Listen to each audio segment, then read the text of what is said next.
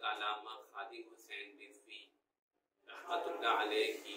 وفات کے موقع پر بندہ ان کے لواحقین سے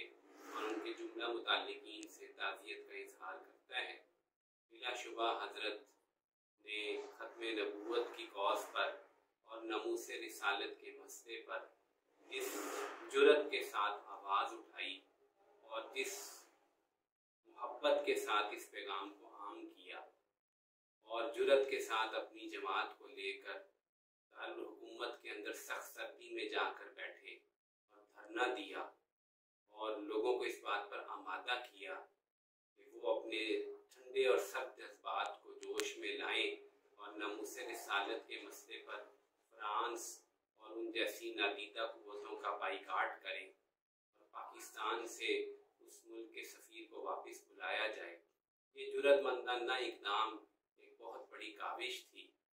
اور اللہ جل جلالہ کے نبی نے ارشاد فرمایا انما الاعمال بالخواتیم، بے شک عملوں کا دار و مدار خاتمے پر ہے۔ تو حضرت علامہ صاحب کا خاتمہ ناموس رسالت کی اس جد و جہد کے اوپر ہوا اور یہیں پر بخار ہوا اور اسی بخار کی وجہ سے اللہ تعالیٰ کی طرف ان کو جانا ہوا۔ اللہ تعالیٰ ان کو جوار رحمت میں جگہ نصیب فرمائے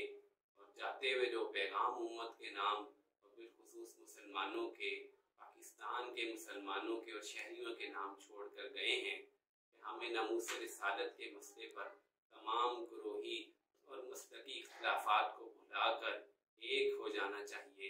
اور ہاتھوں میں ہاتھ دے کر آوازوں میں آوازیں ملا کر رسول اللہ صلی اللہ علیہ وآلہ وسلم کی ناموس کی حفاظت کے لیے کٹ مرنے کا عہد کرنا چاہیے۔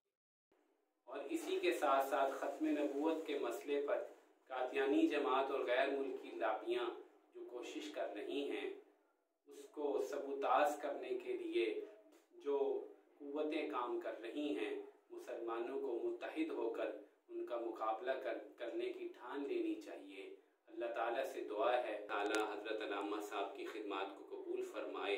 اور اللہ تعالیٰ ہم سب کو ختم نبوت کا محافظ بنائے اور ناموس رسالت پر